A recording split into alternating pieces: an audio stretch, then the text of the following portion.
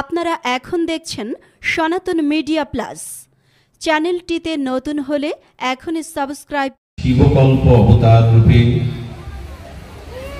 সমস্ত হিন্দু জাতি জাগরণের এক তেজোদীপ্ত উদ্দীপ্ত মন্ত্র নিয়ে এসেছিলেন তীর্থ সংস্কারক, হিন্দু জাতি সংকটক যোগাচার্য স্বামী পরমানন্দজি মহারাজ। তারই আবির্ভাব ভূমির এই পবিত্র মাটিতে এই বৈকালিক সময়ে হরিকথা যজ্ঞের আপনাদের সকলের চরণে সশ্রদ্ধ দণ্ডবৎ প্রণতি। দেখুন, বলছেন বিষ্ণু ভক্তি বিহীনাং স্মাত্ত শ্রৌত যা ক্রিয়া, ভগবৎ ভক্তিবিহীন শ্রুতি স্মৃতি ক্রিয়াজনিত সমস্ত সম্বন্ধ আর যদি ভক্তি বঞ্চিত হয়, ভক্তি বর্জক হয়, সেটি বৃথা হয়ে যায়। ভক্তিবিহীন শ্রুতি স্মৃতি যা কিছু ক্রিয়াকর্ম যদি ভক্তি বর্জিত হয় তো সেটা ব্যর্থ হয়, বৃথা হয়। কারণ ভগবান ভক্তি বশ পুরুষ, সচ্চিদানন্দ ভগবান অন্য কিছুর দ্বারা বশীভূত হন না, একমাত্র ভক্তিরই বশ তিনি, ভক্তি বশ পুরুষ। ভক্তি ছাড়া ভগবানকে অন্য কিছু দিয়ে প্রসন্ন করা যাবে না। এই জন্য ভাগবত বলেছেন ভক্তি চাই। দেখুন, শাস্ত্র বলেছে ভক্তি কারো হৃদয়ে যদি প্রবর্তিত হয়, কারো হৃদয়ে যদি মহতের কৃপায় কিঞ্চিত শুদ্ধ ভক্তির উদয় হয়, সেই ভক্তির দ্বারা তার জ্ঞান বৈরাগ্য স্বাভাবিকভাবে অনায়াসে চলে আসে। কিন্তু এমন নয় যে জ্ঞান থাকলে আর কর্ম থাকলে আপনি ভক্তি পেয়ে যাবেন। জ্ঞান কর্ম ভক্তি সৃষ্টি করে না, কিন্তু ভক্তি যার ভিতরে মহৎ কৃপায় ভজন কৃপায় আসে, তার মধ্যে জ্ঞান বৈরাগ্য স্বাভাবিক আসে। কারণ ভক্তি হলো জননী আর জ্ঞান বৈরাগ্য হলো পুত্র। মা ছাড়া, মাতৃদেবী ছাড়া কি সন্তান সম্ভব? ভক্তি হলো মাতৃদেবী, জ্ঞান বৈরাগ্য তার পুত্র। এই জন্য শুদ্ধ ভক্তি যখন আসে, সেই শুদ্ধ ভক্তির দ্বারাই জ্ঞান বৈরাগ্য প্রাপ্ত হওয়া যায়।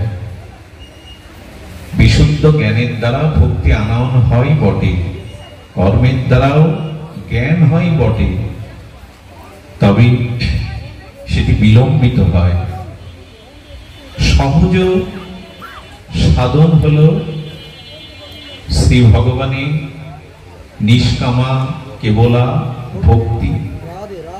এই ভক্তির সামর্থ্য কেমন দেখুন। ছিল সুখদেব গোস্বামী মহারাজ পরীক্ষিতকে পাপের কথা শোনালেন, পাপের দ্বারা যে অনন্ত নরক ভোগ সেটি জানালেন।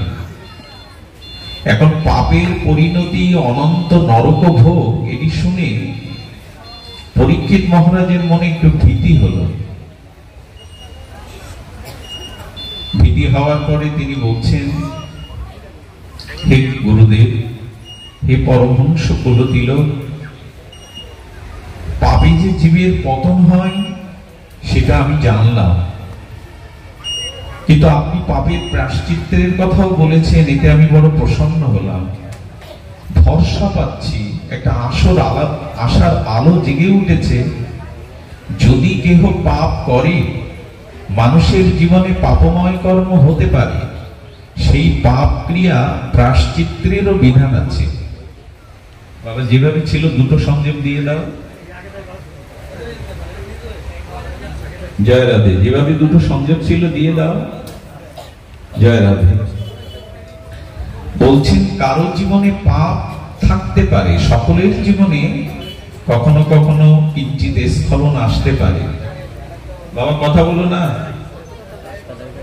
তো সেই পাপ মুক্তির উপায় শাস্ত্র বলে দিয়েছে, প্রায়শ্চিত্ত। যে কোনো পাপের প্রায়শ্চিত্তের বিধান শাস্ত্রে আছে। এই জন্য পাপ যদি জ্ঞানে অজ্ঞানে হয়ে থাকে তার জন্য ভয় পেও না। পাপ মুক্তির ব্যবস্থা, পাপ প্রায়শ্চিত্তের ব্যবস্থা ভগবত শাস্ত্র, বেদাদি শাস্ত্র বলে গেছেন। কিন্তু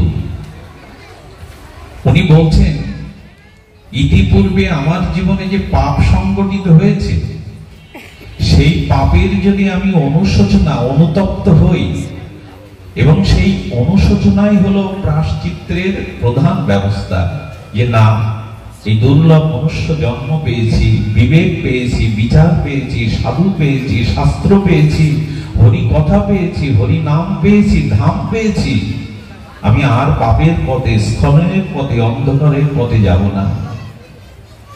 তো যদি এরকম কারণ চিত্তে পূর্বকৃত পাপের তীব্র অনুশোচনার দহনে দগ্ধীভূত হয়, এটাই সব থেকে বড় প্রায়শ্চিত্ত। পাপ করার পরে অনুশোচনার দগ্ধীভূত হলে পাপ নিষ্ক্রিয় হয়, পাপ প্রায়শ্চিত্ত হয়। কিন্তু ভয় আর একটা আছে, ভয় হলো পুনরায় আবার প্রায়শ্চিত্ত বা অনুশোচনার পরেও আবার তার জীবনে যদি পুনরায় পাপ হয়ে যায়। সতর্ক আমাদের এইটুকুই, যা করেছি প্রভু অজ্ঞানতায়, রিপুর তাড়নায় যে পাপ করেছি, অনুশোচনা দগ্ধীভূত হয়ে যদি সেই পাপের ইতি টানি, আর যদি জীবনে আপনার যারা পাপ অশাস্ত্রীয় কর্ম না হয়, তাহলে উনি পাপ থেকে মুক্ত হলেন। অবিচেত সুদরাচার মাম অনন্য ভাগ। তুমি পৃথিবীর সব থেকে যদি পাপী, অতি পাপীও হও, মহাপাপীও হও, তবে অনন্য ভাবে আমার স্মরণ নাও, আর পুনরায় পাপ করবে না, এরূপ দৃঢ় সংকল্পবদ্ধ হও, তোমার অনন্ত জন্মের পাপ ভগবান মুছে দিয়ে। কিন্তু প্রায়শ্চিত্ত অনুশোচনার পরেও যদি আবার পাপ হয়ে যায়, তাহলে পূর্বের পাপ প্রায়শ্চিত্তের দ্বারা যেটি নিষ্ক্রিয় হয়েছিল, ওটা আবার এসে ভর করবে। মূলত জীবনে আর পাপ না করার শুভ সংকল্প নিলে পুরনো পাপ আপনার আর কোন স্খলন পতনের কারণ, নরকের কারণ হবে না। সুখদেব গোস্বামীকে বলছেন, প্রভু পাপ মুক্তির শ্রেষ্ঠ উপায় বলুন। একটু ধ্যান দিন কথাটির দিকে। বলে দেখুন, পাপ মুক্তির জন্য আমরা যে কর্ম, জ্ঞান, দান, ধ্যান, পূজা অর্চন করি, তাতে পাপ কর্ম কিছুদিনের জন্য স্থিমিত হয় বটে। তামসিক গুণ অবদমিত হয়ে সাত্ত্বিক গুণের উদয় হয় বটে, কিন্তু পাপ নিষ্ক্রিয় হয় না। পাপকে নিষ্ক্রিয় করার ক্ষমতা দান, ধ্যান, যাগ, যজ্ঞ, পূজা পার্বণের মধ্যে মনের সাত্ত্বিকতা উদয় হতে পারে, কিন্তু পাপ পুরোপুরি নিষ্ক্রিয় হয় না। দেখবেন গোডাউনের মধ্যে অনেক বীজ রেখে দিয়েছেন, বীজগুলো প্রয়োজনে বিক্রির জন্য বাইরে এনে বিক্রি করে দিয়েছেন, কিন্তু সেই পাত্র হতে যে বীজগুলো পড়েছিল, ওগুলো নরম মৃত্তিকায় একটু জলের ধারা পেলে, বৃষ্টির ধারা পেলে আবার ওর মধ্যে গজিয়ে ওঠে। আচ্ছা, দুর্বাঘাস গুলো মাটির উপরে পুড়িয়ে দিলে, দুর্বাঘাস গুলো মাটির উপরে পুড়িয়ে দিলে, পুড়িয়ে দিলেই কি দুর্বাঘাসের যে চাঁদ, দুর্বাঘাসের ওইখানে নিষ্ক্রিয় হয় না।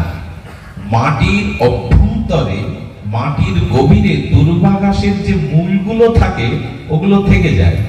আবার পুনরায় বর্ষণমুখর দিন এলে, বৃষ্টি কাল এলে, সেই বৃষ্টি স্নাত ধারায় সেই মাটির মধ্যে থেকে আবার ঘাসের অংশগুলো প্রকাশ হয়। তো আপাতত পূজা পার্বণ, দান, ধ্যানাদি দ্বারা পাপ স্থিমিত উপর দিয়ে পুড়িয়ে দেওয়া যায় বটে, কিন্তু পাপের মূল বিনষ্ট হয় না। বোঝা যায় কি? কিছুদিন সাধু সঙ্গ করছেন, হরিনাম করছেন, তীর্থ পরিভ্রমণ করলেন, দান ধ্যান করলেন, তাতে পাপময় চিন্তাটা বীজ আকারে সুপ্ত থাকলো, পাপ নিষ্ক্রিয় হলো না। আবার উপযুক্ত কোন ভোগের সময়, প্রবৃত্তির সময় আসলে সেই পাপ আবার প্রকাশ হয়ে পড়ে।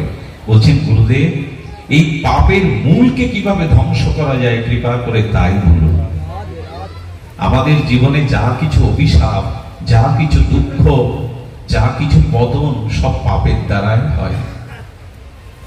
ভক্ত হতে গেলে, শুদ্ধ জীবন চাইতে গেলে, ভগবানের চরণে শুদ্ধ ভক্তি লাভ করতে গেলে প্রথমে পাপ মুক্ত জীবন চাই। পাপ মানে শাস্ত্র বহির্ভূত যে কর্ম, শাস্ত্র নির্দিষ্ট বিধি কর্ম আছে, সেই শাস্ত্র বিধি লঙ্ঘন করে ভোগ ও রিপু ইন্দ্রিয়ের তাড়নায় শুধু দেহ সুখের জন্য, ভোগের জন্য শাস্ত্র লঙ্ঘনকৃত ক্রিয়াকে পাপ বলে। তো সেই পাপের মূল স্খলনের জন্য সুখদেব গোস্বামী তার অমর বাণীতে বলছেন, শোনো, অন্যান্য ক্রিয়ার দ্বারা উপর থেকে পাপ পুড়িয়ে দেওয়া যায় বটে, পাপের মূল নষ্ট হয় না। পাপের মূল বিনষ্ট হয় কি করে শোনো। কোন জীব যখন সাধু সঙ্গ মহৎ কৃপা লাভ করে শাস্ত্রের বাণীর মর্মাত্ম উপলব্ধি সাধু মুখে শ্রবণ করে উপলব্ধি করে, আর সেই সাধুর সঙ্গে মহৎ কৃপায় শাস্ত্র বাণীর দিব্য আলোকে যখন সে সাধু মুখে হরিকথার হরি নাম নিতে থাকে, এই হরিকথা হরি নাম যত কর্ণ দিয়ে তার হৃদয়ে প্রবেশ করে, তার হৃদয়ের অনন্ত জন্মের পাপের মূলগুলো হরি কথা হরি নামের দ্বারা মাত্র বিনষ্ট হয়। এই কলিযুগে একমাত্র হরি নাম আর হরি কথার দ্বারা পাপের মূল বিনষ্ট হয়। এছাড়া অন্যান্য কর্ম করলে পাপ চাপা থাকে বটে, পাপের মূল নিষ্ক্রিয় হয় না। দেখুন, জীব গোস্বামী একটা অদ্ভুত কথা বলেছেন। ভগবানের কাছে প্রার্থনা করতে করতে বলেছেন, যারা হরি কথাতে যাদের রুচি এসেছে, মহৎ সাধু সঙ্গে যাদের রুচি এসেছে, এই সাধু মুখে হরি কথা হরি নাম যদি নির অপরাধে সে বারবার নিতে থাকে, তাহলে কি হয়?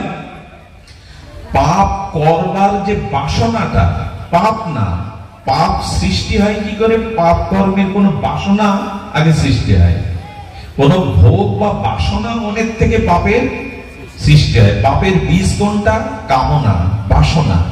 যখন ভোগ, কামনা, বাসনা হৃদয়ে জাগে, ওইটা হলো পাপের বীজ।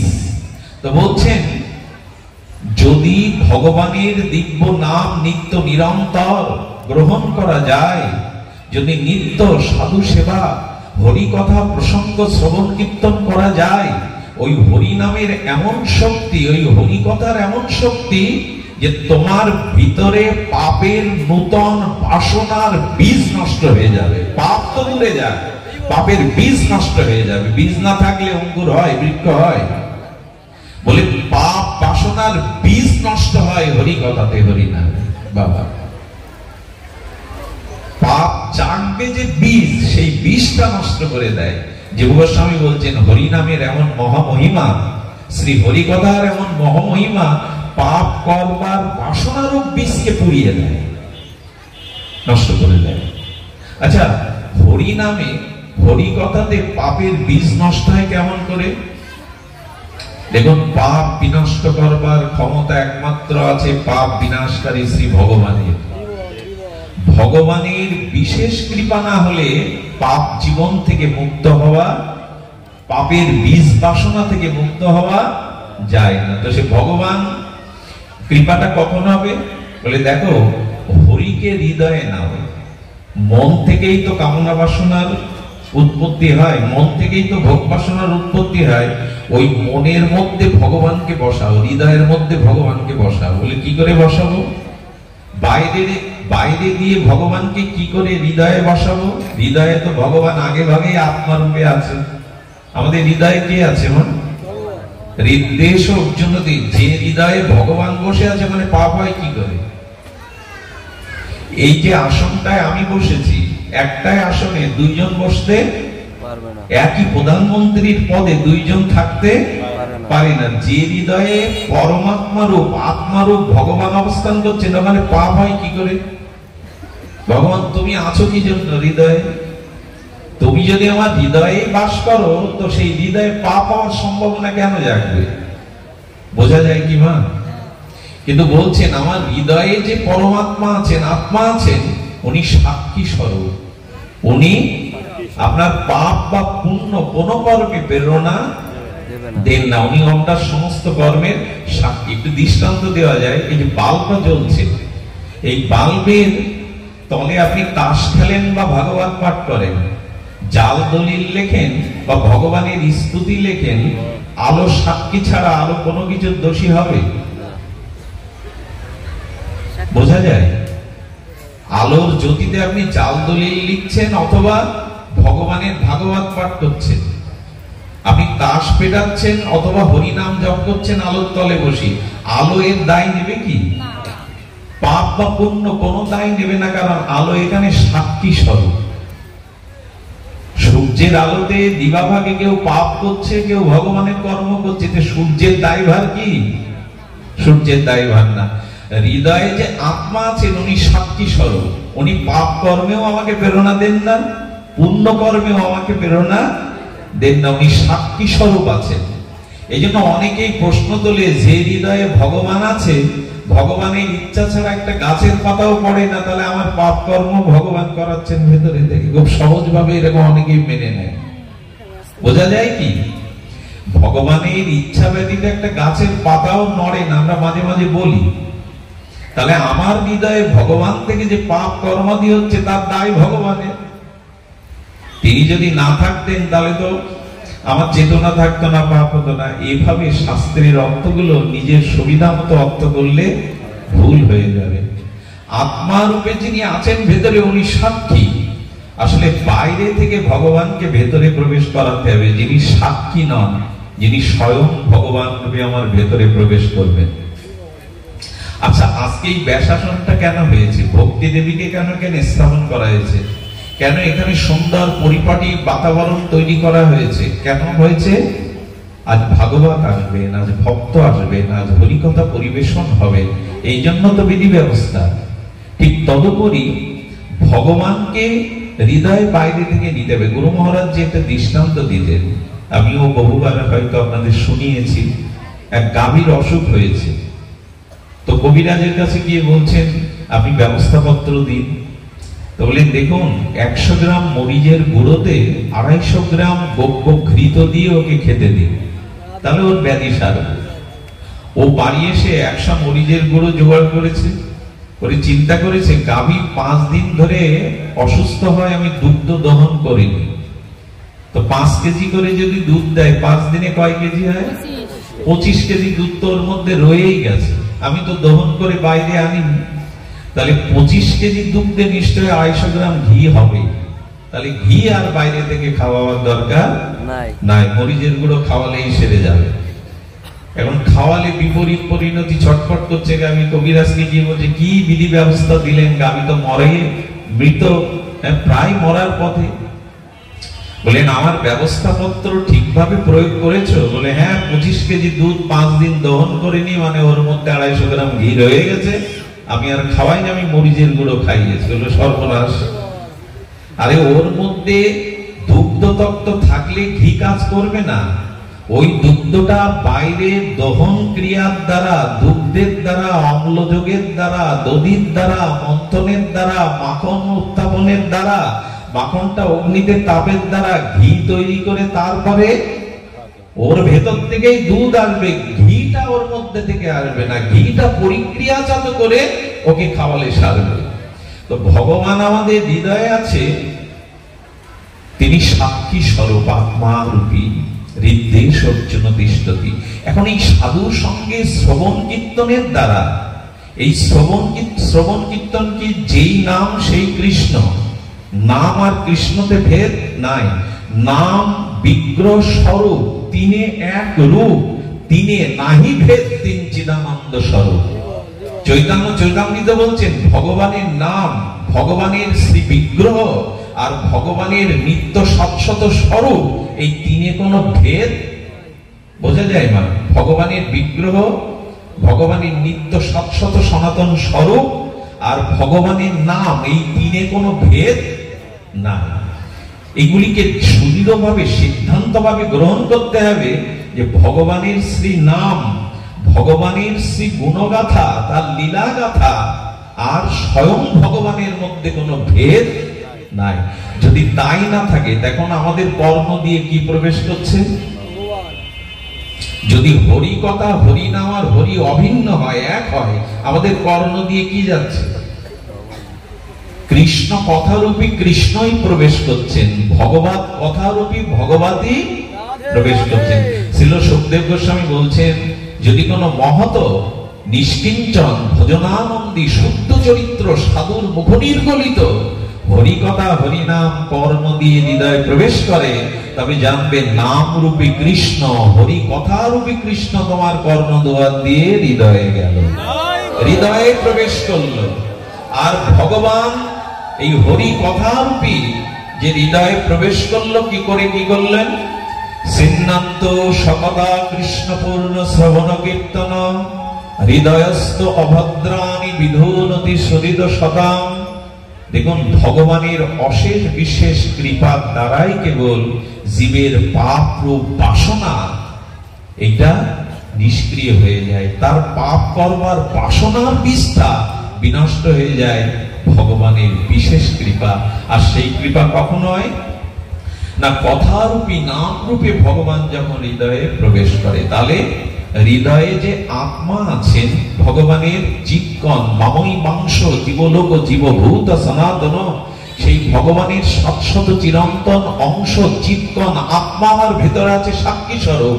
আর বাইরে শ্রী গুরু কৃপা, বৈষ্ণব কৃপা, মহৎ সৎসঙ্গের কৃপার দ্বারা সেই মহৎ নির্গলিত ভজনানন্দী নির্মল শুদ্ধ চরিত্র সাধুর মুখে হরিকথা হরিনাম শাস্ত্র গুণগাথা কর্ণ দিয়ে ভিতরে প্রবেশ করে ভগবান সেই হৃদয়ের যত পাপ বাসনা, অনন্ত জন্মের দুর্বাসনা ভগবান কৃপাতেই নষ্ট হয়। ভগবানের কৃপাতেই পাপ বীজ নষ্ট হবে, বাসনা। আমার নিজ চেষ্টায়, আমার চেষ্টা শুধু এইটুকু, সাধুর সঙ্গে হরিকথা ভজন গ্রহণ করা। রিপুজয় আমার আমি চাইলেই রিপুজয় হবে না। আমি যতই শিক্ষিত হই, জ্ঞানী হই, আমি যদি শাস্ত্রের মর্মার্থ বুদ্ধিগত অর্থগুলো ঠোঁটস্থ করি, মুখস্থ করি, সমস্ত শাস্ত্রে যদি পাণ্ডিত্য থাকে, তবু রিপুজয় হবে না, পাপ বীজ বিনাশ হবে না, ভগবানের বিশেষ কৃপা না হলে। অনেক জ্ঞানী, অনেক ঋষিমুনি, এমনকি দেবরাজ ইন্দ্র পুরাণ চরিত্রে দেখা যায় মাঝে মাঝে স্খলন হয়েছে তাদের, মাঝে মাঝে তাদের স্খলন হয়েছে।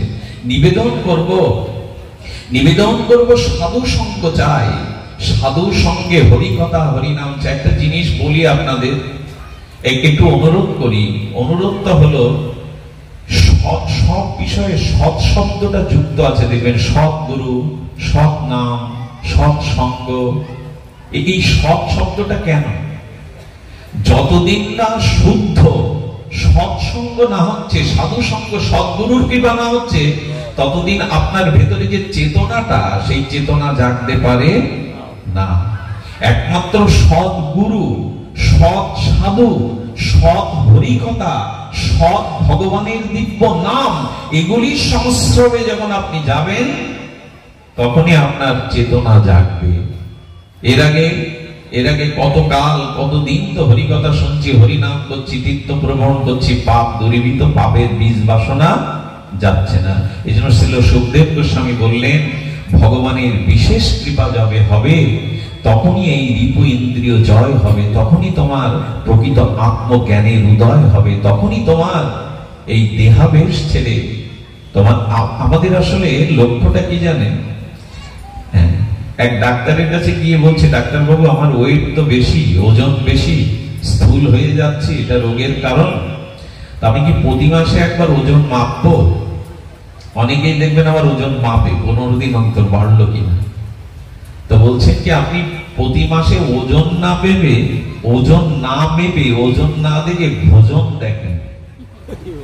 ওজন না দেখে কতটা ওয়েট, প্রতি মাসে 15 দিন না মেপে আপনি ভোজন দেখেন, কতটা খাচ্ছেন এটা দেখেন। বোঝা যায় মা? ওজন দেখে কি করবো যদি ভোজন নিয়ন্ত্রিত না হয়?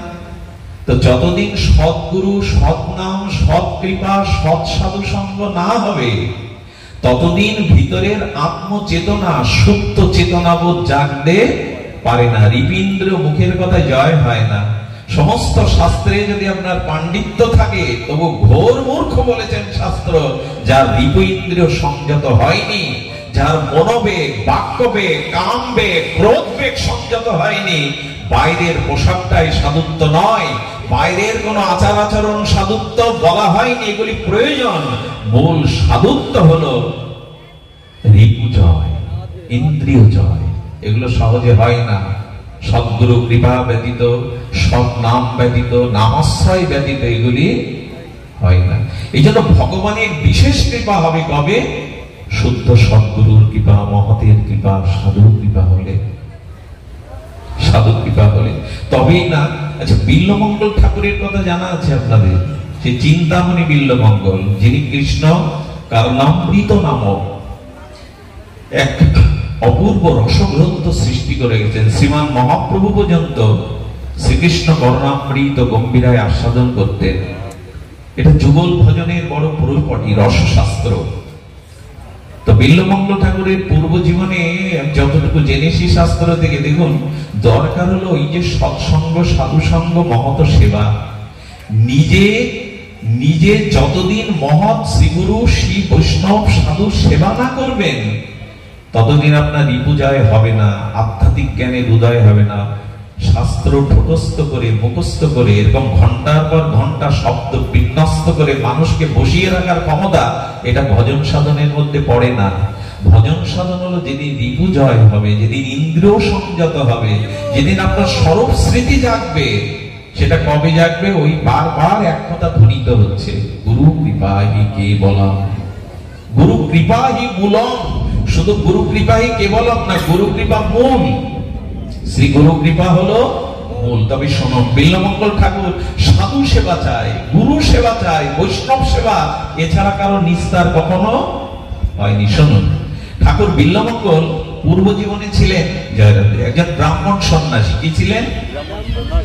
ব্রাহ্মণ সন্ন্যাসী। তার মূল কাজ কি ছিল জানেন? তার মূল কাজ ছিল সাধু সেবা। কি কাজ ছিল? সাধু সেবা। তো সন্ন্যাসী ব্রাহ্মণ শরীর নিয়ে জগতে এসেছিলেন, ত্যাগ বৈরাগ্যও ছিল, কিন্তু বৈষ্ণব সেবার প্রচন্ড অভিলাষ ছিল। সেবা করতে করতে নিজের যা সহায় সম্পত্তি সব দিয়ে দিয়েছেন গুরু সেবায়, বৈষ্ণব সেবায়। ওই দেশের যে রাজা, খুব ধ্যান দিয়ে শুনতে অনুরোধ করছি, ওই দেশের যে রাজা তৎকালীন সময়ে, এটা কেন্দ্রবিল্লু গ্রাম সম্ভবত, তো ওখানে সেই রাজকন্যা মারা গেল। সেই অনুরাগ রাজকন্যা মারা গেলে রাজকন্যার সমস্ত অঙ্গে ভালো অলংকার পরতেন উনি, রাজকন্যা তো। মেয়ে রাজকন্যা মারা যাওয়ার পরে স্নেহবৎসল রাজা তাকে সমাধি দিয়েছিলেন, তার অলংকার গুলো খুলে নেন। কি করেছিলেন? অলংকার গুলি সহ তাকে কি করেছিলেন? সমাধি দিয়েছিলেন। বিল্বমঙ্গল পূর্ব জন্মে সন্ন্যাসী রূপে এটা দেখলেন। যেদিন সাধু সেবার জন্য ওনার কাছে কোনো অর্থ নাই, উনি মনে মনে পরিকল্পনা করলেন রাতে গিয়ে ওই সমাধি খুঁড়ে ওনার অলংকার গুলো মাটির মধ্যে রেখে লাভ কি, ওগুলো যদি বৈষ্ণব সেবায় লাগে। উনি এই বৈষ্ণব সেবার মানসিকতায় ওই লাশ উত্তোলন করতে গিয়ে যখন অলংকারে হাত দিতে যাবেন,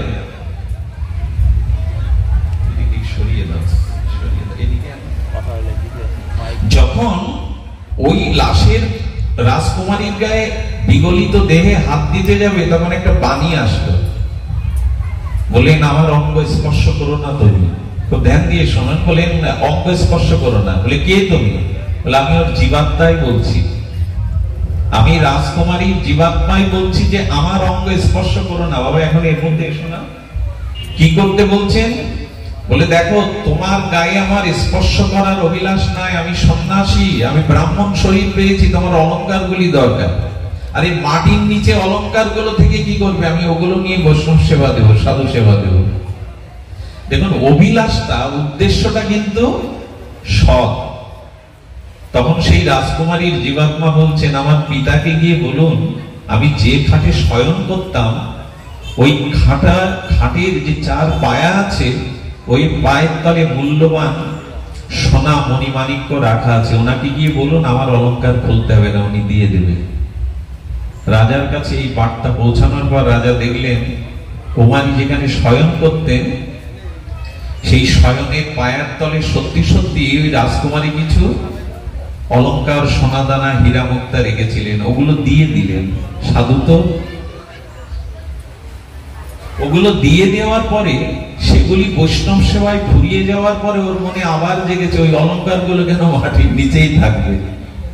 উনি আবার লাশের কাছে গিয়ে যখন অলংকার নিতে, বলছি না আমাকে স্পর্শ করবে না, কোন পরপুরুষ আমাকে স্পর্শ করেনি, মৃতর পরেও তোমার হাড় গোড়কে তুমি স্পর্শ করবে না বলে আবার আমার পয়সার প্রয়োজন হয়েছে, আর অলংকার গুলো তোমার অঙ্গেই আছে, ওগুলো আমি নেবই।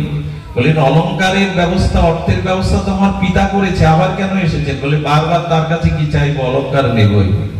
উনি তার অনুরোধ উপেক্ষা করে যখন তার অঙ্গ স্পর্শ করে অলংকার নিয়েছিলেন গলায় হাত দিয়ে বা যেখানে যেখানে, বলেন আমি একটা অভিশাপ দিচ্ছি তোমায়, তুমি যদিও সৎকর্মের জন্য, সাধু সেবার জন্য এগুলো গ্রহণ করছো, আমি অভিসম্পদ করছি আগামী জন্মে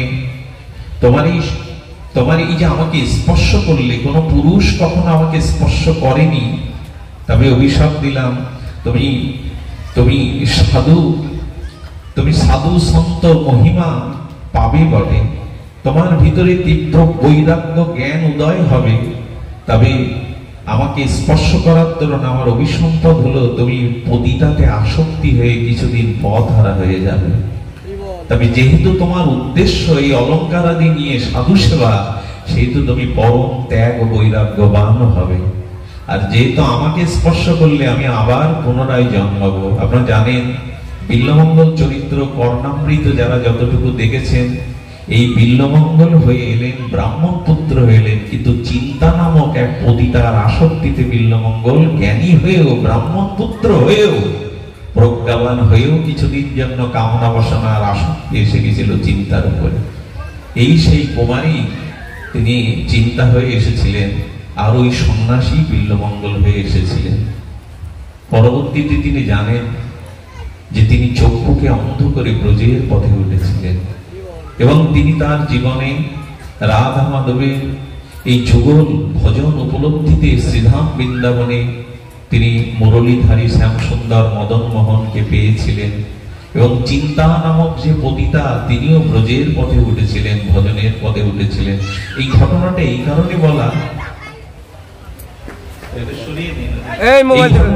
কারণে বলা, এই মনুষ্য জীবনে আমাদের কষ্টার্জিত অর্থ, আমাদের শ্রম যদি একটু মহৎ সেবায় লাগে, গুরু গোবিন্দ সেবায় লাগে, মহৎ সেবায় লাগে, সৎকর্মে ব্যয় হয়, তবে এই অর্থ পরকালেও আপনার সুকৃতি সৌভাগ্যের কারণ হয়ে যায়।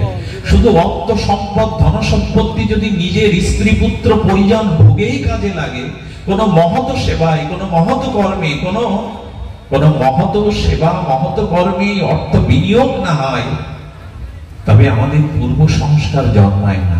আরেকটি ভক্তমান চরিত্রের ঘটনা মনে পড়লো নাভাজির। এখানে আপনারা জানেন করলি বলে রাজস্থানের একটি রাজ্য আছে, নাম কি বললাম? করলি। এখানে আমাদের বৃন্দাবনের বিখ্যাত বিগ্রহ মদন মোহন এখনো আছে, সনাতন গোস্বামী পাদের সেবিত বিগ্রহ মদন মোহন।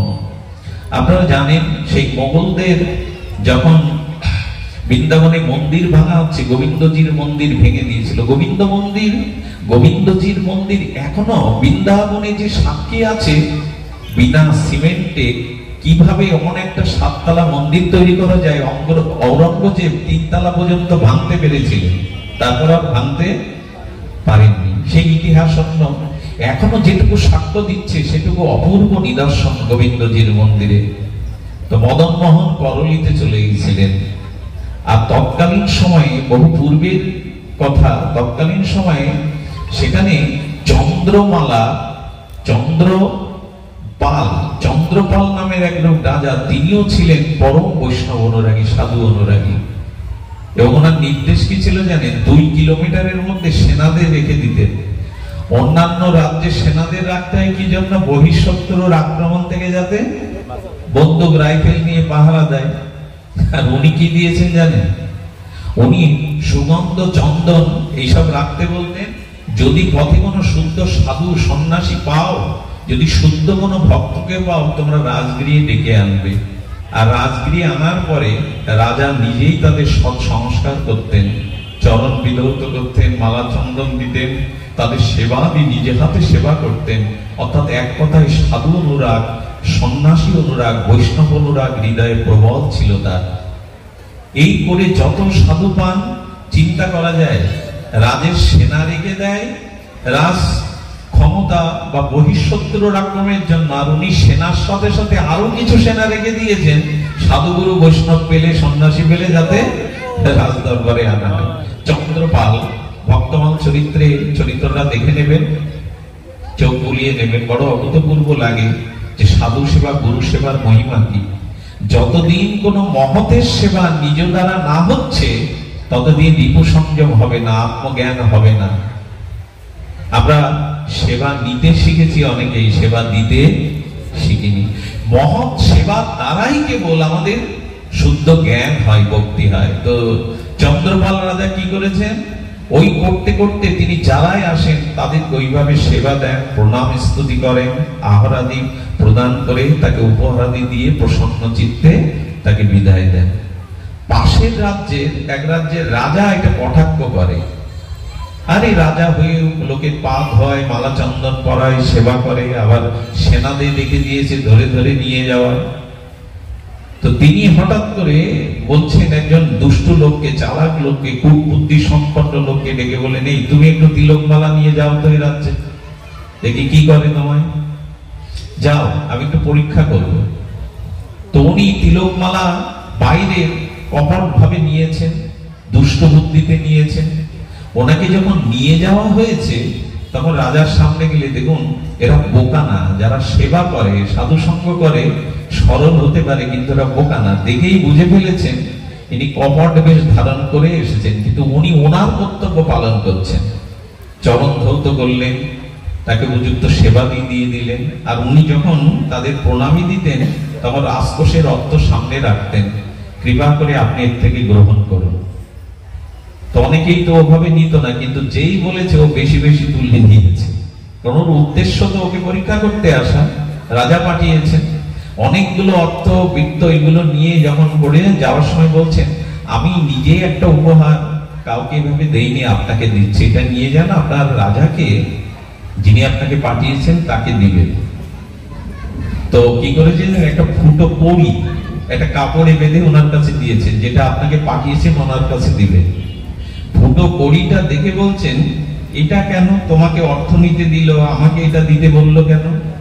রাজ পণ্ডিত যিনি ছিলেন তিনি বললেন, আপনি সাধু সেবাকে কটাক্ষ করেছেন, রাজার বৈষ্ণব সেবা, সন্ন্যাসী মহতের সেবাকে কটাক্ষ করেছেন। উনি জানান দিলেন, বৈষ্ণব বেশে যিনি গেছেন তিনি তাকে অমর্যাদা করেন নি, তাকে উপযুক্ত সেবা শুশ্রূষা, উপযুক্ত তাকে সেবা করিয়ে তাকে উপঢৌকন দিয়েছেন। কিন্তু আপনি যে অহংকারী মন নিয়ে, অবিশ্বাসী মন নিয়ে তাকে পরীক্ষার জন্য পাঠিয়েছেন, উনি এই ফুটো কড়ি দিয়ে জানালেন, অবিশ্বাস থাকলে, সন্দেহ থাকলে, পরীক্ষার ভাব নিয়ে সাধু সঙ্গ করলে ফুটো কড়ি পাওয়া যায়, আসলে কিছু পাওয়া যায় না।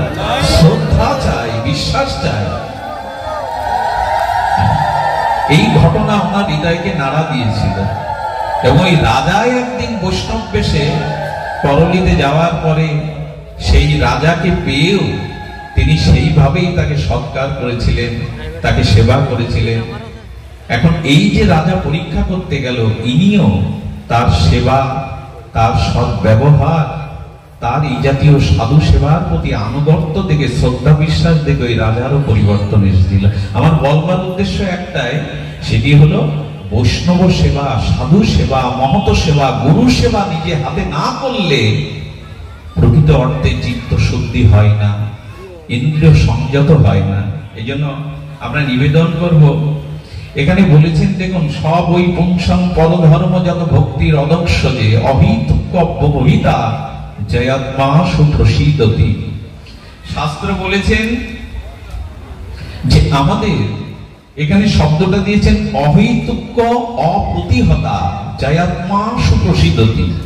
আমাদের চিত্ত সেই দিনই প্রফুল্ল প্রসন্ন হবে যেদিন কোনো হেতু না রেখে, নিজের চাওয়া পাওয়া না রেখে আমরা গুরু সেবা, গোবিন্দ সেবা, ভগবানের সেবা, ভক্ত সেবা করতে পারবো।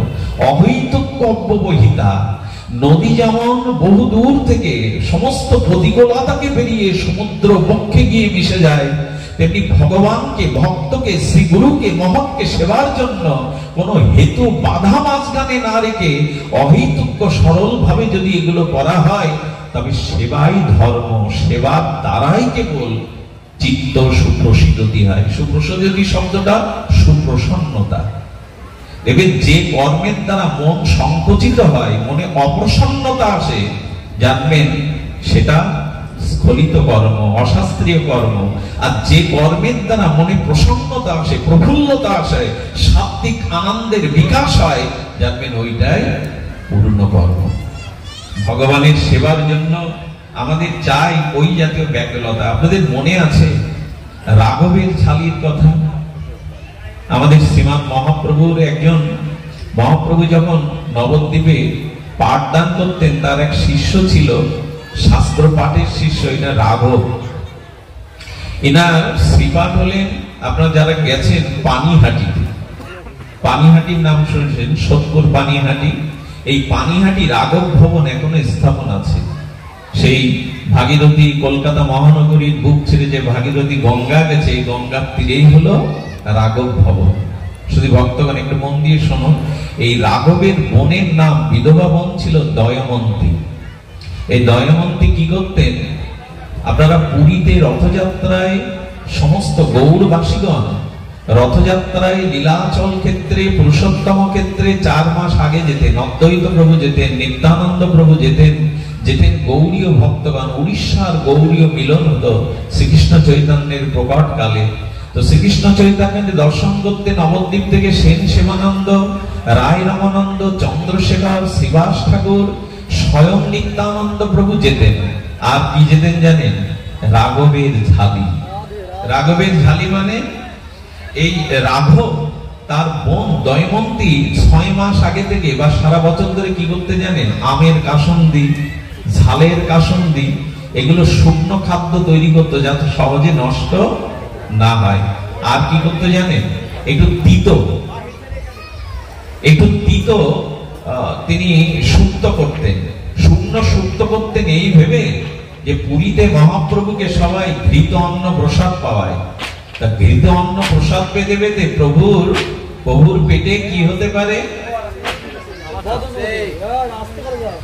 ঘৃত অন্ন পেতে পেতে, এই প্রসাদ পেতে পেতে প্রভুর আম হতে পারে, প্রভুর পেটের দোষ হতে পারে। দেখুন, সেবার জন্য একটা জিনিস লক্ষ্য করুন, যখন সেবা করবেন তখন তাকে ঈশ্বর জ্ঞান করলে আপনি সেবা পরিপাটি হবে না। ধরুন আপনার শ্রীগুরুকে যদি মনে করেন ইনি ঈশ্বর, যদি ঈশ্বর বোধ করেন, তাহলে আপনার মনে সন্দেহ আসবে, যিনি ঈশ্বর তার দেহে পোড়া হয় কি করে, তার দেহে ব্যাধি হয় কি করে, তার আবার ওষুধ লাগে কেন? গুরু তো ভগবান। সেবাতে মনুষ্য বুদ্ধি করতেন দয়মন্তী। কথাটি আপনাদের একটু ধ্যান দিতে হবে। সেবাতে কি বুদ্ধি করতে হবে? আচ্ছা, গুরু ব্রহ্মা, গুরু বিষ্ণু, গুরুদেব মহেশ্বর। গুরুদেবের যদি কোনো ব্যাধি হয়, আপনি কি বলবেন আপনি ব্রহ্মা, আপনি বিষ্ণু, আপনি মহেশ্বর, আপনার শরীরে রোগ আসতে পারে না, আপনি মন্ত্র দিয়ে, শক্তি দিয়ে সেরে নিন? একথা বলা উচিত কি? ভাবাও উচিত না। সেবাতে মনুষ্য বুদ্ধি করতে হবে। কি বুদ্ধি? না, এই নর জগতে নর শরীর ধারণ করে যিনি এসেছেন, তার দেহে জরা ব্যাধি আসতে পারে। আর কিছু মনে করবেন না, যারা সমস্ত মহাপুরুষ সদ্গুরুদেব, তাদের শরীরে রোগ না থাকলেও আমাদের মতো মানুষ যখন চোখের জলে তাদের প্রণাম করে রোগ ব্যাধি জানায়, তারা অনেকেই আমাদের ব্যাধিগুলো, জরা ব্যাধিগুলো ধারণ করে। মহাপুরুষের এই ক্ষমতা। রামকৃষ্ণদেব বললেন, রোগ সারে না, রোগ সরে। রামকৃষ্ণদেবের গলায় যে ক্ষতব্যাধি হয়েছিল, বলা হয় এই রোগ তিনি ভক্তদের কাছ থেকে নিয়েছেন। যদি মনে প্রাণে তাকে কিছু দেয়, আমার জন্ম জন্মান্তরের যা কিছু তোমাকে দিলাম, তাহলে তার সেই ব্যাধি, যন্ত্রণা, ভবব্যাধিটাও শ্রী গুরুদেব নিয়ে নেন। এইটা একটু অনুরোধ করবো, গুরুদেবের চরণে গিয়ে কখনোই জাতীয় বলবেন না আমার মাজায় ব্যথা, পায়ে ব্যথা, হাঁটু ব্যথা, প্রভু এগুলো সেরে দিন। এগুলো ঠিক না। ভবব্যাধির ঔষধ চান। কি করে? হৃদীন্দ্র জয় করে, কি করে মোহমায়া ত্যাগ করে আমি ভগবানের ভজন করতে পারি, নিজেকে উদ্ধার করতে পারি, এইরূপ চান। আমরা তো সাধু পেলেই আমাদের নিজের বিষয় তুলে ধরি, নিজের বাসনা তুলে ধরি, আমাকে এই কৃপা করুন, এই আশীর্বাদ করুন। হ্যাঁ, চাইতে পারি, আমরা সংসারী জীব, মায়াবদ্ধ জীব, কিন্তু চাইতে হয় আমার যাতে গুরু ভক্তি হয়, আমার যাতে শুদ্ধ ভক্তি হয়। শুধু ভক্তমণ্ডলী তো কি করেছেন, গুরুদেবের যদি মনুষ্য বুদ্ধি করেন ভুল হয়ে যাবে না। গুরুদেব নরশরীর ধারণ করে এই নরলোকে এসেছেন, মরজগতে এসেছেন, তাই তার ব্যাধিতে ওষুধ কানে না দিয়ে যদি মনে করেন উনিও ভগবান, ওনার ওষুধ কি দরকার, তাহলে আর সেবা হবে না। তো দয়মন্তী দেবী মনে করতেন শ্রীমান মহাপ্রভু তিনি ঘৃত পুষ্পান্ন পুরীধামে পান, পান্ডারা তাকে ভোগ পাওয়ায় বেশি বেশি, ওনার আমাশা হতে পারে, পেটের ব্যাধি দেখা দিতে পারে, তাই সুক্ত পাঠাতেন। আর কি করতে জানেন, রাঘব আমাদের এই পশ্চিম বাংলা থেকে 15 দিনের পথ পায়ে হেঁটে ঝালি করে ওগুলো নিয়ে যেতেন। আর যখন দিতেন সেবক গোবিন্দ দাসের কাছে, মহাপ্রভু বারবার বলতেন, গোবিন্দ গোবিন্দ, রাঘবের ঝালিতে যে সুক্তা এসেছে ওগুলো দাও তো আমায়। মহাপ্রভু আগে চেয়েছে দয়মন্তীর দেওয়া, দয়মন্তীর মনুষ্য জ্ঞান করতেন, প্রভুকে ওরা পুষ্পন্ন ঘৃতন্ন পাওয়ায় প্রভুর পেটের ব্যাধি হতে পারে, যদি এই সুক্ত খায়, তিতো খায়, তাহলে প্রভুর পেটের ব্যাধি সারবে। এই মনুষ্য বুদ্ধিতে, সেবা বুদ্ধিতে দয়মন্তী পাঠাতেন। আর সেই ঝালির থেকে চেয়ে চেয়ে নিয়ে মহাপ্রভুটা আস্বাদন করতে গিয়ে চৈতন্য চরিতামৃতে বলেছেন যে পঞ্চম ব্রীতে যে স্বাদ নয়, প্রভুর দয়মন্তীর সেই ঝুলিতে যা যা সেই স্বাদ আগে চেয়ে চেয়ে পেতেন, চেয়ে চেয়ে পেতেন। মনুষ্য বুদ্ধিতে সেবা চায়। দেখুন, আমি বারবার যে কথাটি বলছি, সেবা ছাড়া, মহৎ সেবা ছাড়া, সাধু সেবা ছাড়া, মহতের আনুগত্য নিয়ে জীবন গঠন ছাড়া রিপু ইন্দ্রিয় পাপ বিনাশ হতে পারে না, ভোগ বুদ্ধির বিনাশ হতে পারে না। এই জন্য নিবেদন করব, সেবা পরায়ণ হন। সেবা শুধু নিতে শিখেছি, কিন্তু সেবা দিতে হবে। আমাদের গৌড়ীয় বৈষ্ণবের উদ্দেশ্যে একটা কথা বারবার বলেছে, বৈষ্ণব সেবার মহিমা। বৈষ্ণব সেবার মহিমা, বৈষ্ণব বলতে আমি শুধু সম্প্রদায়ভুক্ত তিলকমালাকে বলছি না, বিষ্ণু থেকে জাত সকলেই বৈষ্ণব। যিনি মুখে একবার হরি নাম নিয়েছেন তিনি বৈষ্ণব। এই জন্য শুধু তিলকমালা বিশেষ সম্প্রদায়কে বৈষ্ণব বলা হচ্ছে না, যিনি বিষ্ণু থেকে জাত, ভগবান থেকে এসেছেন, সকলেই বৈষ্ণব। তাই নিবেদন করব, সেবার মাধ্যমে আমাদের চিত্ত জয় হবে। এই যে হরিকথা সেবা, এটাও সেবা। হরিকথা সেবা, বৈষ্ণব সেবা, সাধু সঙ্গ, বিশেষ করে শ্রী গুরু সেবা, এই গুরু সেবার মাধ্যমেই আমাদের প্রকৃত রিপু জয়, ইন্দ্রিয় জয়, শাশ্বত আত্মজ্ঞান হয়। তখন এই মোহমায়া জগৎ থেকে, জন্ম মৃত্যু জরা ব্যাধি থেকে চির মুক্তির একটা পথ খুলে যায় সেবার দ্বারা। সেবা মানে গুরুদেব বাড়ি এলো, তাকে পঞ্চভাগে আর উত্তম বিছানা, উত্তম বস্ত্র দান, কিছু টাকা দান দিলেন, এটাকে শুধু সেবা বলা হয়নি। সেবা মানে আনন্দ। সেবা শব্দের সরলত্ব হলো গুরুদেব, সাধু যাতে আনন্দিত হয়, এই আনন্দ দানের নামই হলো সেবা। আর আনন্দ কখন পায়? আনন্দ তখনই পায় যখন গুরু বাক্য, শাস্ত্র বাক্য কেউ নিজের জীবনে প্রতিপালন করে। গুরু যদি দেখেন, সাধু যদি দেখেন যে আমার শিষ্য, আমার আশ্রিত এই ভক্ত আচরণশীল হয়েছে, যথার্থ জপ তপ সন্ধ্যা আহ্নিক ভগবত ক্রিয়া যথার্থ রূপে করছে, দয়া মায়া স্নেহ মমতা কারুণ্য তার চরিত্রের মধ্যে ফুটে উঠছে, তাকে যোগ্য হয়ে ওঠা দেখে মনে যে প্রসন্নতা আসে, এটাই সেবা। আমার সেবা বলতে পঞ্চভাগের রান্না, বস্ত্র দান, অর্থ দান, প্রণামী বেশি করে দেওয়া, এটা সেবার একটা অঙ্গ বটে, কিন্তু মূল সেবা হলো তিনি যাতে মনে আনন্দ পান সেই রূপে চরিত্র গঠন করা, সেই রূপে নিজেকে গঠন করা।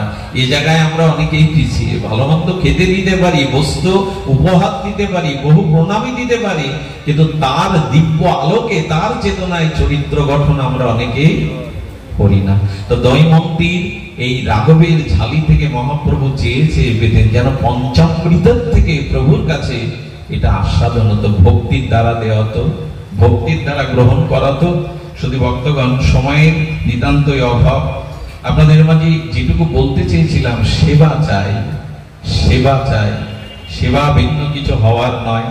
আপনারা জানেন যোগাচার্য স্বামী বিবেকানন্দ তিনি রামকৃষ্ণদেবের যেরূপ সেবা করেছিলেন, সবখানেই সেবার মহিমা, সবখানেই সেবার মহিমা। সেবার কথা কি বলবো, যে মাটিতে আজ আমরা এসেছি, আগেই বন্দনা করেছি, যোগাচার্য শিবকল্প অবতার যোগাচার্য স্বামী পরমানন্দের আবির্ভাব ভূমি। এটা বড় পবিত্র ভূমি। এটা এই ভূমি, এই মাটিতে এখনো ভজন মেশানো আছে। মাত্র 20 বছর বয়সে কঠোর তপসাধনার দ্বারা যিনি সিদ্ধি লাভ করেছিলেন সেই যোগাচার্য স্বামী পরমানন্দ, ইনি ছিলেন এমন একটি সাম্যের মুক্তি। আমাদের আশাশুনি ফেরাবাশ্রমে তিনি দোল যাত্রায় সারা রাত হরিনামের ব্যবস্থা করেছিলেন, সারা নিশি হরিনাম। কেন? আজকে যে বিভেদ, দেখুন তিনি সাম্যের একটি মুক্তি দিয়েছিলেন, হরিনামের ব্যবস্থা করেছেন সারা রাত। আমাদের প্রাচীন সন্ন্যাসী পূজ্যপাদ সন্ন্যাসী ত্যাগ বৈরাগ্যের মধ্যে প্রয়াত স্বামী তপস্যানন্দজি মহারাজ, আমি তার স্নেহ ছাড়া পেয়েছি। আমি স্বামী কালিকানন্দ স্বামীজি বড় স্নেহ করতেন, আমাকে অনেক জায়গায় তুলে দিতেন। বলতে বলতে স্বামীজির কথা বলতে বলতে দেখতাম এমন একজন জাতি সংগঠক, এমন একজন হিন্দু জাতি সংগঠক, তীর্থ সংস্কার একটা সমন্বয়ের মূর্তি, এটা তারই ভূমি। তার সেবা মহিমার সঙ্গে কলকাতায় আমাদের মূল যে ভারত সেবাশ্রমের বালিগঞ্জে, সেইখানে দুর্গা পূজা হতো। আমাদের বঙ্গদেশ থেকে ধুলি নিয়ে যাওয়া হতো। আর আপনারা জানেন যারা ঢোল বাজাতে যায় সেই দাস সম্প্রদায়ের, আমরা একটা সেরা পার্টি দিয়ে সবার পেছনে বসতে দেই। সবার খাওয়া হয়ে গেলে যা কিছু অবশিষ্ট তখন তাদের দেই, আবার তাদের পূজায় ডেকে আনি, পূজায় বাজনা বাজানোর জন্য, অথচ তাদের ব্যবহার করি সবার পিছনে রেখে। শুনুন, সেই দুর্গা পূজার দিনে যখন তাদের সেবার ব্যবস্থা করা হবে, তখন গুরু মহারাজজিকে গিয়ে বলছেন ওদের কোন পাত্রে কোথায় দেব। স্বামীজি সিংহ গর্জন দিয়ে উঠলেন, কোথায় দেবে মানে? কি দেবে মানে? আরে আমার যে থালা আছে ওটা ঘর থেকে বের করে ওই থালায় দাও। হ্যাঁ, সেবা দেওয়ার জন্য বিভেদ কেন? কোন থালায় কোথায় তাদের বসতে দেবে? স্বামীজি বলেছিলেন, এক সময় গুরু মহারাজজি বলেছিলেন, দেখো ভারত সেবাশ্রম প্রণাম মঠে যদি কখনো অর্থের অভাব হয়, আমি নির্দেশ দিলাম আমার মন্দিরের এক একটা ইট খুলে দিয়ে আত্মমানবতার সেবা করো, মানুষের সেবা করো। বিল্ডিং মন্দির থাকলেই হয় না, সেবা করো। এমন কথাও বলে গেছেন, একটা ইট যদি বিক্রি করে সেবা করতে হয় করো। সব মহামানব, সব সদ্গুরুদেবই সেবার মহিমা বলেছেন। আরে নামাচার্য হরিদাস ঠাকুর চির নির্জনে গেলে মহাপ্রভু নিজে আঁচল পেতে পাশবীদের কাছে ভিক্ষা চেয়েছিলেন। স্বয়ং চৈতন্য মহাপ্রভু আমার হরিদাস দেহ রেখেছেন আর মহোৎসব, তোমরা আমায় ভিক্ষা দাও। পুরীতে যারা জগন্নাথের প্রসাদ বিক্রয় করত, সেই পাশরীগণ মহাপ্রভুর আঁচল পাতা দেখে সমস্ত পাত্রগুলো দিয়ে দিতে লাগলেন। ওগো, আমার হরিদাসের সেবা হবে, আমার হরিদাসের বৈষ্ণব সেবা হবে, মহোৎসব হবে। ভগবানও আজ ভক্তের সেবার জন্য আঁচল পেতেছে। এই সেবার মহিমা চিরকালই। মানুষের সেবা, আত্মমানবতার সেবা, নিষ্পেষিত পীড়িত মানুষের কথা যারা ভাবে না, যাদের এদের দুঃখে যাদের হৃদয় কাঁপে না, তারা কি আর মানুষ? সব ধর্মই, সব মতপথই মানব সেবার কথা উদ্ভট ঘোষণা করেছেন, কুম্ভকণ্ঠে ঘোষণা করেছেন।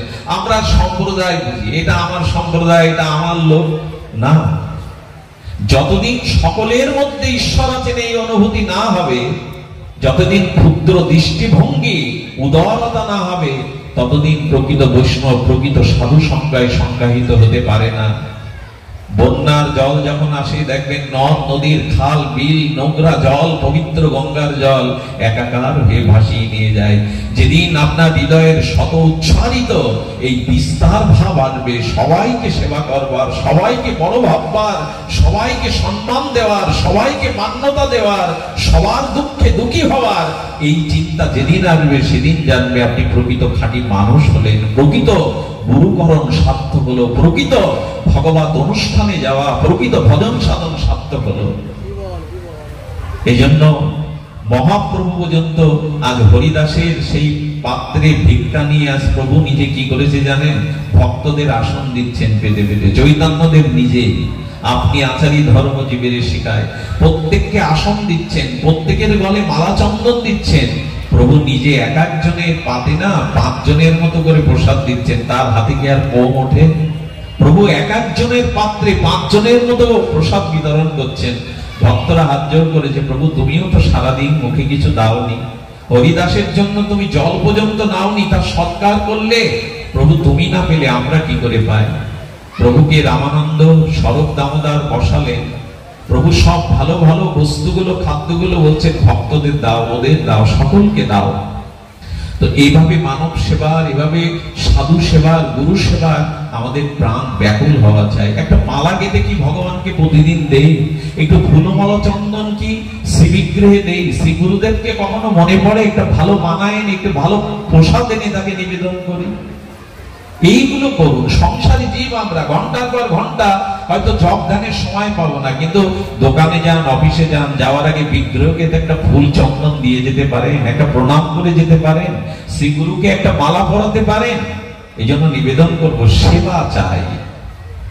সর্ব ইন্দ্রিয় কৃষ্ণ অনুশীলনম ভক্তির উত্তমা। রূপ গোস্বামীবাদ বলেছেন, ইন্দ্রিয় দিয়ে যখন ভক্ত ভগবানের সেবা তৎপর হবে, এরই নাম ভক্তি। ভক্তি মানে পাহাড় প্রমাণ কিছু না। ভক্তি মানে যখন সর্ব ইন্দ্রিয় দিয়ে ভগবানের অনুশীলন হবে। কি শব্দ চয়ন করেছেন রূপ গোস্বামী, সর্বেন্দ্রিয় কৃষ্ণ অনুশীলনম ইতি ভক্তি। ভক্তি তখনই হবে চোখ দিয়ে, কর্ণ দিয়ে, নাসিকা দিয়ে, হস্ত পদ দিয়ে, চিন্তা চেতনা মনন দিয়ে, যখন আপনি ভগবত অনুশীলন করবেন। এখানেই শুধু সাধুভাবে থাকবো, এখানেই শুধু সতর্ক হব না, প্রতিটি ব্যবহারে, প্রতিটি ক্রিয়ায় ভগবানের জপ চাই। জপৎ সিদ্ধি, জপৎ সিদ্ধি। আর কিছু না হোক, জিহ্বাটা তো নাড়ানো যায়। মহাপ্রভু বলেছেন, খাইতে, শুইতে, উঠিতে, বসিতে যথা তথা নাম লও। কালাকালের বিচার করে যাননি। এই নামটুকু নিতেও যদি আমাদের অলস্যতা থাকে, কি করে উদ্ধার পাবো বলুন তো? এই জড় জগৎ থেকে, মায়ার জগৎ থেকে, মোহ থেকে। দেহাবেশ যাবে নামে, দেহাবেশ যাবে সেবায়। ছাড়িয়া বৈষ্ণব সেবা, নিস্তার পেয়েছে কেবা। সেবা চাই, সর্ব ইন্দ্রিয়কে ভগবান অভিমুখী করা চাই। এটাই ভজন, এটাই ভক্তি, এটাই সাধু সঙ্গের সফলতা। ইন্দ্রগুলি যখন ভগবত সেবায় লাগবে। তবে আমরা অলস।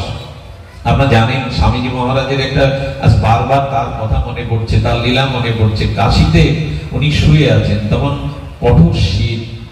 স্বামীজি ব্রাহ্ম মুহূর্তে উঠতেন, জপ ধ্যান করতেন। তো উনি শুয়ে আছেন, তো একটা কম্বল গায়ে। তো যখন কম্বলটা গায়ে, ভোরের শীতকালের ঘুমটা একটু সুখপ্রদ হয়, উনি অলসতায় কম্বলটা আবার গায়ে টেনে দিলেন। যেই দিলেন, সিংহ পুরুষ তো, শিবকল্প অবতার তো, উনি হুঙ্কার দিয়ে উঠে বললেন কি, সমস্ত জাতির নিদ্রা ভাঙাতে, মোহ ভাঙাতে যে এসেছে, তার একটা কম্বল আটকে রাখছে দেহের সুখে। কম্বলটা নিয়েই উনি নদীতে ছুঁড়ে ফেলে দিয়ে বলেছিলেন, জীবনে কখনো আর কম্বল গায়ে চড়াবো না। যাদের সংকল্পে দৃঢ়তা আছে, এরাই পারে রিপুকে জয় করতে, এরাই পারে মোহমাকে জয় করতে।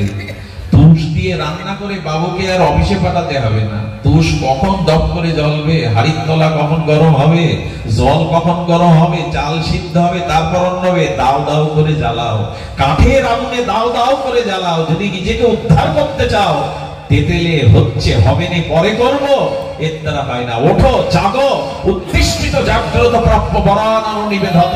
ওঠো, জাগো, আর ঘুমিও না।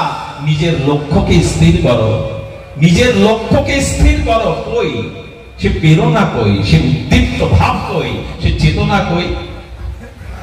বারবার বারবার বলতেন স্বামী কালিকানন্দজি মহারাজ, বারবার বলতেন স্বামীজিরা, সেই একটা মেষ তার বাচ্চা প্রসব করেই মারা গেল। মেষ মানে ভেড়া।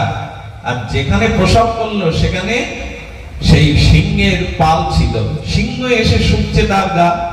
আর এই বাঘ বাচ্চা প্রসব করলো মেষ পালের মধ্যে। ভুল হলো। তো মেষ পালের মধ্যে সিংহের বাচ্চাটা করে সিংহী মারা গেল। যদি ভক্তগণ, সেই সিংহের বাচ্চা জন্মের পর থেকে মেষকে দেখছে, মেঘের পাশে ঘোরাঘুরি করছে, সেই ভেড়ার দলে মিশে ভেড়ার মতোই স্বভাব হয়ে গেল। তার সিংহ গর্জন, তার বীর্য বিক্রম সে ভুলে গেল। আমাদের দুর্দশা স্বামীজি তাই বলতেন, আমি অমৃতের পুত্র, আমি মানুষ হয়ে জন্মেছি, সৃষ্টির শ্রেষ্ঠ মান্যতা আমার। আচ্ছা, পৃথিবীর কোন প্রাণীর ঘরে রান্নাঘর আছে মানুষ ছাড়া? এটা কথা বলবেন, আছে? কারণ রস আস্বাদন একমাত্র মানুষ করতে পারে, রান্নাঘর কারণেই। আচ্ছা, মানুষ ব্যতীত শুকুর, কুকুর, গরুরা হাসে, হাসতে দেখেছেন কখন আপনার বাড়ির কুকুরকে? গরুকে হাসতে দেখেছেন? ওরা আনন্দ থেকে এসছে, কিন্তু মানুষ যতটা প্রাণ খুলে হাসতে পারে প্রাণী জগৎ অতটা হাসতে পারে না।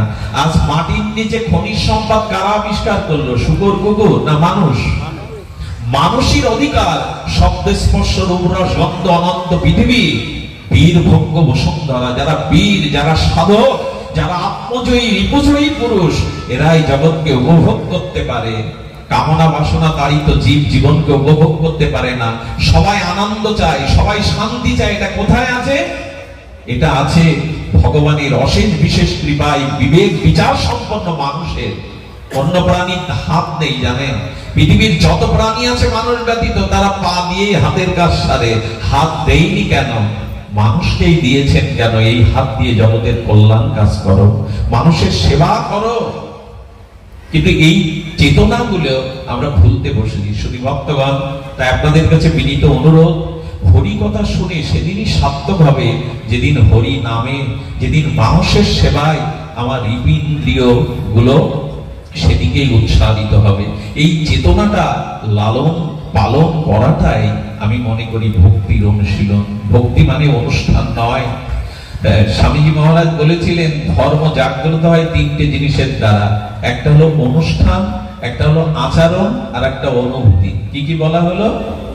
অনুষ্ঠান মাত্রই ধর্ম নাই। বহু লোক এলো, হর্ষধ্বনি হলো, আনন্দধ্বনি হলো, খিচুড়ি প্রসাদ আদি বিতরণ হলো, অনুষ্ঠানটা মাত্র ধর্ম নয়।